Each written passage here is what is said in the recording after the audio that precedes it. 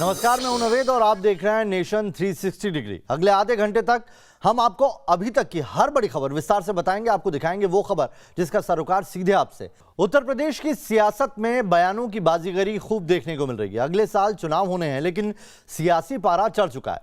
ओवैसी हैदराबाद से आकर उत्तर प्रदेश में डेरा डालकर बैठ गए, तो वहीं अपनी मजहबी सियासत को वो खूब रंग देते देखे जा रहे हैं। कोई मौका ना छूट जाए, इसीलिए हर हल्की सी सियासी हलचल पर नजर बनाए हुए हैं। ओवैसी लगातार कह रहे हैं कि यूपी में मुसलमानों को हाशिए पर डाला जा रहा है, मुसलमानों के आगे नुमाइंदगी का संकट है और यही वजह है कि वो खुद को मुसलमानों का नया रहनुमा बताने की कोशिश कर रहे हैं और इसीलिए माफियाओं का भी मजहब देख रहे हैं। ओवैसी ऐसा क्यों कर रहे हैं, इसके पीछे की सियासत क्या है, यही हम आपको इस रिपोर्ट में समझाएंगे। दरअसल यूपी के सीएम योगी आदित्यनाथ ने माफिया राज पर कड़े तेवर जाहिर किए हैं, जिसमें मुख्तार अंसारी, अतीक अहमद जैसे बाहुबली शिकंजे में आ फंसे। उनकी अवैध संपत्तियों को बुलडोजर चलवा दिया गया। इसके अलावा उनके गुर्गों तक की धरपकड़ जारी है। योगी राज में ऐसे और भी माफिया हैं जिन पर नकेल कसी जा रही है। जाहिर है, माफिया माफिया होता है, वो क्रिमिनल होता है, उसका कोई धर्म कोई मजहब नहीं होता। योगी सरकार में इसी दृष्टि से कार्रवाई की जा रही है, लेकिन माफिया राज पर अंकुश को लेकर जबरदस्त सियासत शुरू हो गई है। उसी सियासत का पूरा विश्लेषण करें उससे पहले यह भी समझना होगा कि योगी सरकार में आखिर माफिया पर एक्शन कितना हुआ है। योगी सरकार 2017 में बनी थी और तब से अब तक तकरीबन 55 महीने में 1500 करोड़ की अवैध संपत्ति जब्त की गई। अवैध इमारतों पर योगी ने बुलडोजर चलवाकर उन्हें गिरा दिया, जिससे यूपी में माफियागिरी करने वालों में हड़कंप है। यूपी गृह मंत्रालय के आंकड़ों के मुताबिक पिछले करीब 1.5 साल में, यानी कि जनवरी 2020 से लेकर मई 2021 तक 25 माफिया पर शिकंजा कसा गया, जिनके करीब 1128 करोड़ की अवैध संपत्ति को बुलडोजर चलवाकर तोड़ा गया और यह एक्शन आगे भी जारी रहेगा, क्योंकि यूपी के महाराज ने ऐलान कर दिया है कि यूपी में माफिया राज नहीं चलेगा। जिसने आम गरीबों को सताया है उनके खिलाफ कड़ा एक्शन होगा और माफियागिरी करने वालों को बिल्कुल भी बख्शा नहीं जाएगा। अगर गरीब का, किसान का, व्यापारियों का अगर जीना हराम करोगे तो सरकार तुम्हारा जीना हराम कर देगी।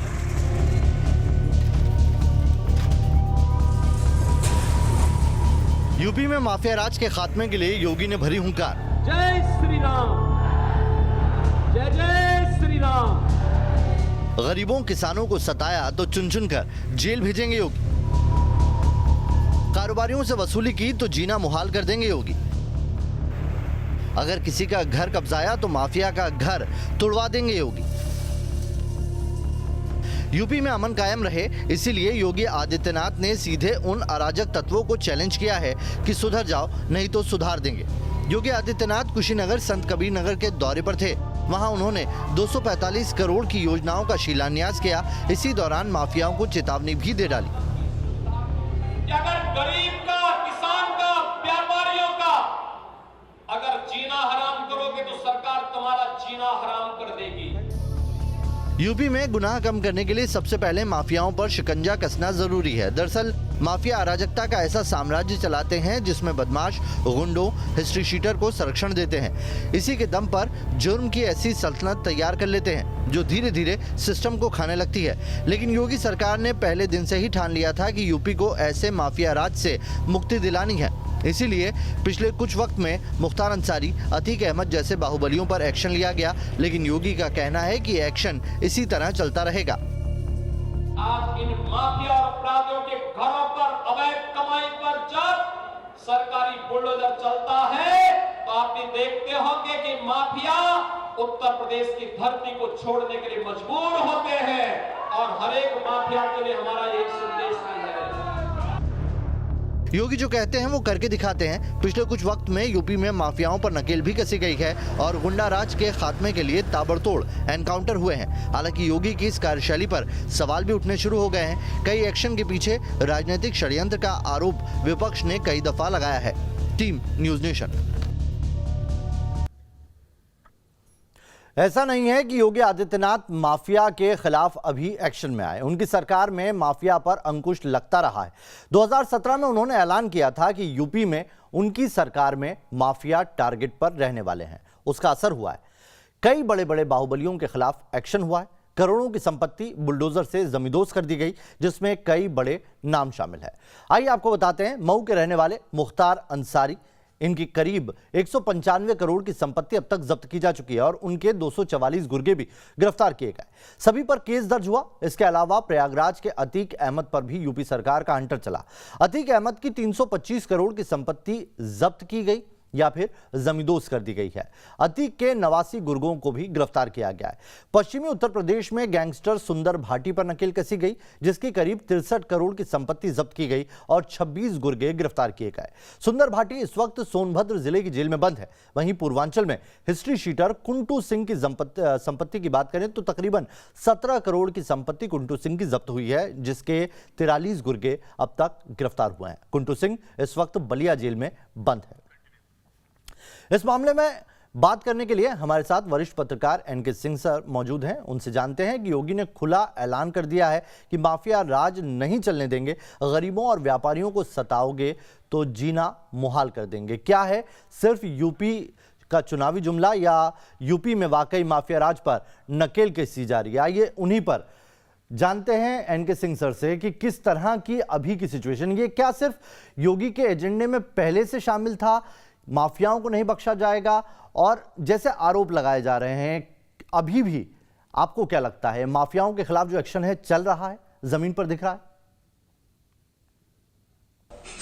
नहीं, देखिए, इस सवाल के साथ एक चीज और भी जुड़ी है कि पिछले 4 सालों में योगी ने लगातार एक क्रैकडाउन किया है। माफिया पे क्रैकडाउन हुआ है, इसमें कोई दो राय नहीं है कि माफिया पे क्रैकडाउन योगी का लगातार चल रहा है। अब इसी को आगे बढ़ाना है। और एक बात आपको बता दें कि जब जब ये सेंटेंसेस कहे जाते हैं, आपको याद होगा जब योगी पहली बार आए थे तो उन्होंने कहा था कि अगर ये माफिया है, अपराधी है, तो ये राज्य छोड़ के चले जाएं, उनकी खैर नहीं है। तो मेरे ख्याल से ये एक सिंगल फैक्टर है, और जब आपके पास बाकी फैक्टर होंगे, लेकिन ये जनता को अपील करता है कि हमारे यहाँ गुंडे बहुत तबाही में हैं, बहुत दिक्कत में हैं। तो चुनाव के पहले ये जुमला अपील करता है और योगी मीन इट। योगी एक्चुअली ये जो कहते हैं वो करते हैं, खास करके माफियाज पे। मैं बाकी चीजों पे तो नहीं कह सकता क्योंकि गवर्नेंस की अपनी प्रॉब्लम होती है, लेकिन जहां तक माफिया का सवाल है, माफिया पे एक क्रैकडाउन योगी ने किया, इसमें कोई दो राय नहीं है।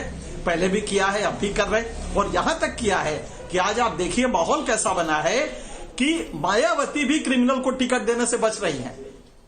अगर आप देखें तो मायावती भी क्रिमिनल्स को टिकट नहीं दे रही हैं।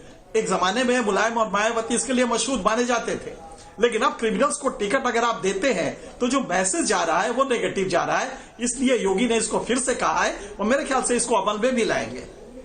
ये बिल्कुल सही कहा एनके सिंह जी कि अब जिस तरीके से मायावती ने भी ऐलान किया है कि वो किसी भी माफिया को बीएसपी से टिकट नहीं देंगी, असर दिखाई पड़ता है। आप बने रहिए हमारे साथ। योगी आदित्यनाथ ने माफिया पर नकेल कसने की बात कही, जिसमें ना तो किसी का नाम लिया, ना ही धर्म के तराजू में उसे तोला, लेकिन ओवैसी ने बेवजह इसे मुद्दा बना लिया। बल्कि वो तो मुख्तार जैसे माफिया को अपनी पार्टी से टिकट देने की बात तक कह रहे हैं। मई 17 को बाराबंकी की मस्जिद को शहीद किया, उसको मैं कहता हूं अंग्रेजी में पॉलिटिकल डिमोलिशन था। दिल्ली हाई कोर्ट के जस्टिस एपी शाह की रिपोर्ट कहती है कि मुसलमानों को टारगेट किया गया गोली मार कर। कि कभी मॉब लिंचिंग के नाम पर खास तौर से मुस्लिम और दलितों को निशाना बनाया जाता है। यही ओवैसी हैं और यही उनकी सियासत। मौका मिलते ही रंग बदलने लगते हैं। यूपी में एंट्री की तो सेकुलरिज्म की दुहाई दी थी, लेकिन यूपी में किसी ने भाव नहीं दिया, राजभर ने किनारा कर दिया तो असलियत पर आ गए। अब मुस्लिम तुष्टीकरण में इतना आगे बढ़ जाना चाहते हैं कि माफियाओं को टिकट देने की बात कह रहे हैं। ओवैसी ने माफिया मुख्तार अंसारी को खुला ऑफर दे दिया है कि जिस सीट से चाहें चुनाव लड़ें, टिकट वो देंगे। मैं ये आश्वासन देता हूं कि अगर मुख्तार अंसारी साहब चुनाव लड़ना चाहें तो मजलिस इत्तेहादुल मुस्लिमीन के दरवाजे उनके लिए खुले हैं और हम उनको टिकट देंगे। और मैं बाकी मुसलमानों से भी गुजारिश कर रहा हूं कि करोड़ों करोड़ों रुपए का टिकट जाकर इनसे मत खरीदें, अपने पैसे बर्बाद मत करें। मैं गुजारिश कर रहा हूं आप सबसे कि आइए हमारी पार्टी में, आइए MIM में, हम आपको टिकट भी देंगे और वोट भी दिलाएंगे और आपको विधायक भी बनाएंगे। ये वही मुख्तार अंसारी हैं जिनके खिलाफ योगी सरकार एक्शन में है। जेल भिजवाया, अवैध संपत्ति पर बुलडोजर चलवा दिया, जिसका असर ये हुआ कि अब कई पार्टियां मुख्तार अंसारी से किनारा करने लगी हैं। बीएसपी ने भी ऐलान कर दिया है कि वो माफिया गुंडों को टिकट नहीं देगी, लेकिन सियासी हाशिए पर चल रहे ओवैसी ने इसे लपक लिया और मुख्तार को अपनी पार्टी में न्योता देकर खुद का सियासी रसूख बढ़ाने में लग गए। मुख्तार अंसारी साहब को हमने कहा है कि अगर आप चाहें तो, लेकिन उधर से हमें कोई मैसेज नहीं है। ये मेरी अपनी राय है कि अगर मुख्तार अंसारी साहब ये चाहें, अगर उनका परिवार चुनाव लड़ना चाहे कहीं से भी, अगर वो चाहेंगे तो यकीनन हमारी पार्टी उनका वेलकम करेगी। अगर वो मऊ से इलेक्शन लड़ते हैं, अगर वो इंडिपेंडेंट चुनाव लड़ते हैं, तब भी हमारी पार्टी पूरी तरीके से मुख्तार अंसारी साहब के सपोर्ट में रहेगी। हम उनके सामने अपना कैंडिडेट नहीं खड़ा करेंगे। एक तरफ मऊ से ओवैसी मुख्तार अंसारी को टिकट देना चाह रहे हैं, दूसरी तरफ बीएसपी ने मऊ सीट से मुख्तार अंसारी की जगह पार्टी के प्रदेश अध्यक्ष भीम राजभर को उतारने का ऐलान किया। यानी इस बार मऊ में मुकाबला जबरदस्त होने वाला है। मुकाबले का परिणाम जब आएगा तब आएगा, लेकिन मुख्तार अंसारी के मुद्दे को मजहबी रंग देकर अपनी सियासत साधने में लगे हैं, जैसा वो पहले भी करते आए हैं। Team news nation. जहां एक तरफ माफिया राज खत्म करने के लिए यूपी सरकार का एक्शन जारी है, तो वहीं उत्तर प्रदेश में क्राइम खत्म करने के लिए कार्रवाई भी की गई। योगी सरकार आने के बाद से गुंडा राज पर लगाम लगाने के लिए अब तक करीब 150 से ज्यादा एनकाउंटर हो चुके हैं। 3700 बदमाशों, हिस्ट्री शीटर्स की गिरफ्तारी की गई है, जिसमें से 550 पर एनएसए के तहत एक्शन भी लिया गया। अगर सिर्फ पिछले 1.5 साल का जिक्र करें तो एक्शन में काफी तेजी आई है। 22,259 बदमाशों पर सीधे एक्शन लिया गया, जिसमें 5,558 केस दर्ज किए गए हैं। यह आंकड़ा जनवरी 2020 से लेकर मई 2021 के 20 तक का है। एनके सिंह सर हमारे साथ लगातार बने हुए हैं। एनके सिंह सर, आपसे यही जानना चाहेंगे, जैसा आरोप लगाया जा रहा है कि क्या ये जो एक्शन है योगी सरकार का, ये किसी विशेष एजेंडे को लेकर है? क्योंकि आरोप यही लग रहा है विपक्ष।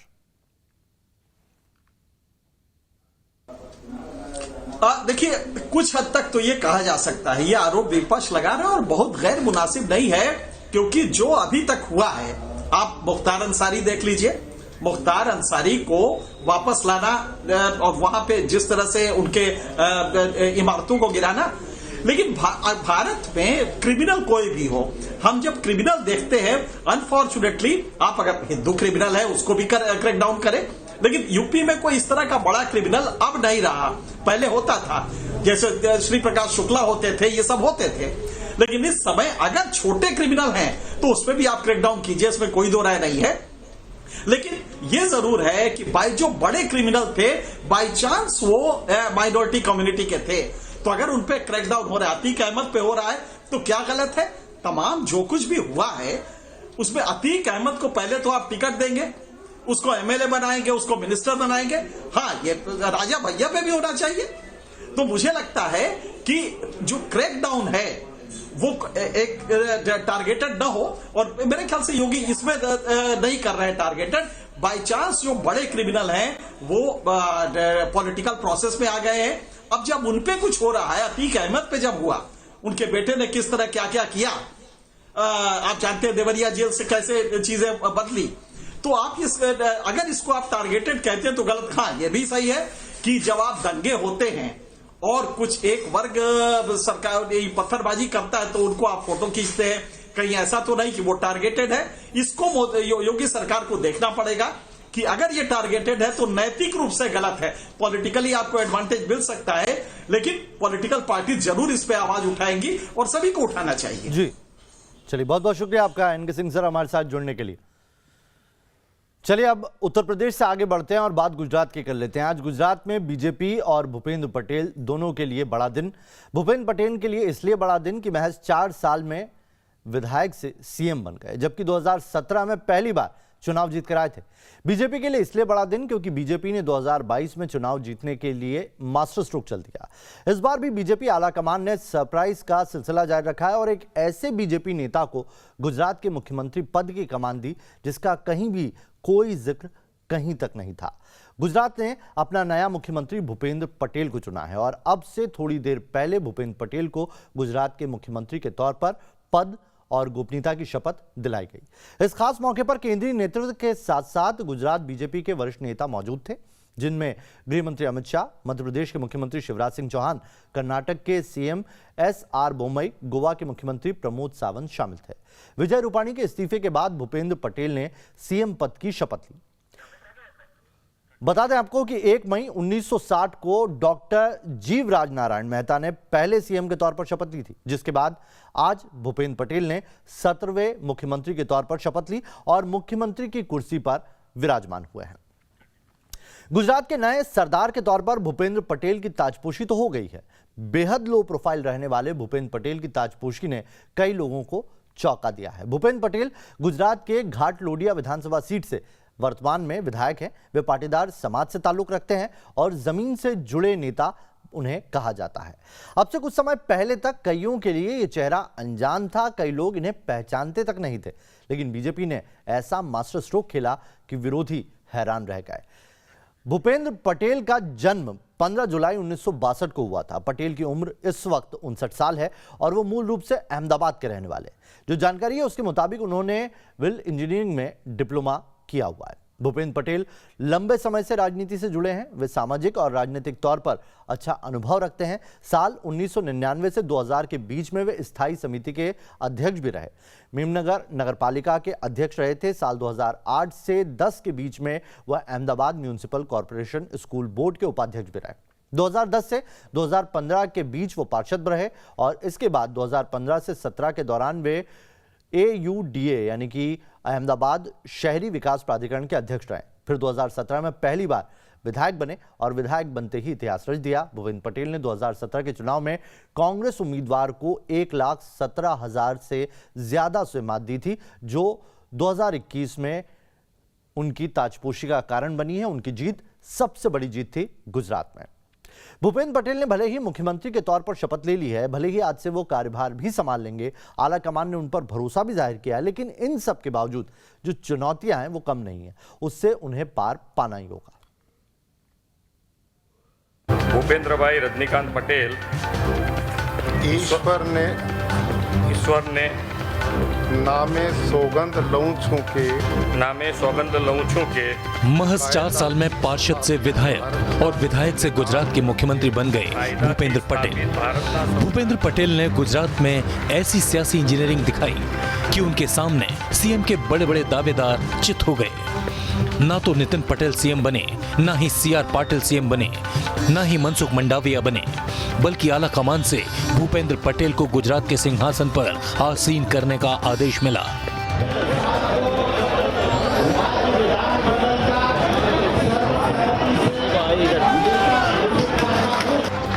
बीजेपी आला कमान ने एक ऐसे नेता को गुजरात की कमान सौंपी जो हाई प्रोफाइल नहीं है, एक ऐसा नाम जिसकी कोई चर्चा नहीं थी, जो विधायक दल की मीटिंग में भी सबसे आखिरी पंक्ति में बैठा था। लेकिन जब नाम का ऐलान हुआ तो भूपेंद्र पटेल गुजरात की मौजूदा सियासत में बीजेपी के सबसे प्रमुख चेहरा बन चुके थे। भारतीय जनता पार्टी हमारे शीर्ष नेतृत्व ने ये जो निर्णय लिया है, भूपेंद्र भाई सक्षम है और आने वाले चुनाव उनके नेतृत्व में अवश्य भारतीय जनता पार्टी अच्छी तरह से जीतेगी, ये हमें सबको पूर्ण विश्वास है। भूपेंद्र पटेल को सीएम बनाकर बीजेपी ने सरप्राइज के सिलसिले को बरकरार रखा है कि वो ऐसे नामों को आगे बढ़ाती आई है जो लो प्रोफाइल रहकर अपना काम करते हैं। लेकिन अब भूपेंद्र पटेल के सामने चुनौती बड़ी है। चुनौती नंबर 1, 2022 में जीत के सिलसिले को जारी रखना है। चुनौती नंबर 2, पिछली बार के मुकाबले वोट शेयरिंग बढ़ाना है। चुनौती नंबर 3, 2017 की तुलना में ज्यादा सीटें दिलाना है। चुनौती नंबर 4, पाटीदार समाज की नाराजगी को दूर करना है। चुनौती नंबर 5, पार्टी में वरिष्ठ नेताओं से तालमेल बिठाना है। बीजेपी ने रूपाणी को हटाकर भूपेंद्र पटेल को कमान 2022 को ध्यान में रखकर ही दी है, क्योंकि विजय रूपाणी पर कोविड की दूसरी लहर में इंतजामों को लेकर सवाल उठे थे, कुछ नाराजगी भी थी। दूसरी तरफ 27 साल से गुजरात पर राज कर रही बीजेपी को एंटी इनकम्बेंसी से भी जूझना है। ऐसे में एक नॉन कंट्रोवर्शियल चेहरा चाहिए था जो सौम्य हो और बहुत हाई प्रोफाइल ना हो, जिस सांचे में भूपेंद्र पटेल फिट हो गए। लेकिन अग्नि परीक्षा 2022 का चुनाव है जो उनकी सियासत का भविष्य तय कर देगा। Team news nation. मुख्यमंत्री के तौर पर भूपेंद्र पटेल के नाम ने भले ही कईयों को चौंका दिया है, लेकिन इसके पीछे बीजेपी की बड़ी गहरी सोच है। बीजेपी ने एक तीर से कई निशाने साधे और सबसे बड़ी बात यहां पर यह है कि यह पाटीदार समाज से आने वाले पटेल को सीएम बनाकर बीजेपी ने पाटीदारों की नाराजगी को दूर करने की कोशिश की। गुजरात में पाटीदारों की ताकत किसी से नहीं छुपी है। गुजरात में इनकी संख्या 1.5 करोड़ से ज्यादा है। ये कुल आबादी के 12 से 14% है। यहाँ की 182 विधानसभा सीट में से 70 पर इनका जबरदस्त प्रभाव है। इनकी ताकत का अंदाजा इससे भी लगा सकते हैं कि विधानसभा में सबसे ज्यादा विधायक भी पटेल समुदाय से ही आते हैं। चलिए इसी पर बात करते हैं। हमारे साथ पूरव पटेल जुड़ गए हैं। पूरव, पाटीदार समाज से ताल्लुक रखना इनका कितना इन्हें इस मुख्यमंत्री पद के लिए मुफीद बनाता है और क्या चीजें इससे बदलेगी, समीकरण बदलेंगे?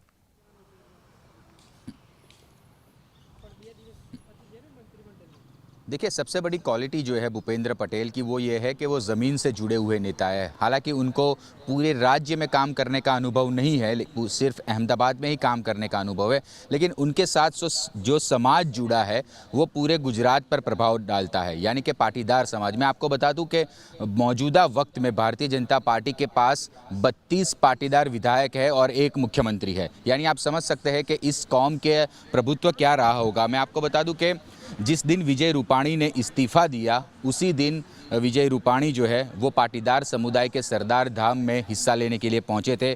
वहां पर गुजरात के उप मुख्यमंत्री भी थे। आपको बता दूं कि जो केंद्रीय मंत्री है वो भी सारे जो पाटीदार थे, यानी कि मनसुख मांडविया वो भी पाटीदार है, पुरुषोत्तम रूपाला, अनुप्रिया पटेल वो भी मौजूद थे और सबसे बड़ी बात प्रधानमंत्री नरेंद्र मोदी खुद भी मौजूद रहे थे। तो ये समुदाय जो है वो सालों से गुजरात की राजनीति में अच्छा खासा प्रभुत्व रखता है। यानी कि पूरे गुजरात में जितना भी वोट है उसमें 16% वोट बैंक जो है वो इन पाटीदारों की है। यानी कि ये एक अच्छा मूव कह सकता हूं मैं भारतीय जनता पार्टी का कि एक नीट एंड क्लीन नेता चाहिए था, वो भी पाटीदार समुदाय का। तो भूपेंद्र पटेल से अच्छी चॉइस उनके पास नहीं थी, लेकिन उनकी चुनौती बेहद बड़ी है। ये हम बार-बार कह रहे हैं। यहाँ पर बीजेपी ने खेल दिया। बहुत बहुत शुक्रिया पूरब आपका ये तमाम जानकारी हम तक पहुंचाने के लिए।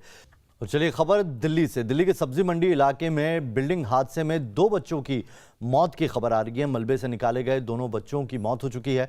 आपको बता दें कि एक शख्स को सुरक्षित बाहर निकाला गया है। सब्जी मंडी इलाके में आज 4 मंजिला इमारत गिरी, जहां पर राहत और बचाव के लिए अब तमाम एजेंसीज जुटी हुई है। ये 4 मंजिला इमारत थी, बहुत ही कंजेस्टेड ये इलाका था जहां पर ये बिल्डिंग गिरी और इसने आसपास की इमारतों को भी नुकसान पहुंचाया। जो चश्मदीद है उनका यह बताना है कि 4 मंजिला इमारत की चपेट में कुछ बच्चे भी आए थे जो सड़क से गुजर रहे थे, जिसमें 2 बच्चों की मौत होने की जानकारी निकल के आ रही है। चलिए और ज्यादा डिटेल आगे पहुंचाएंगे आप तक, एक छोटा सा ब्रेक।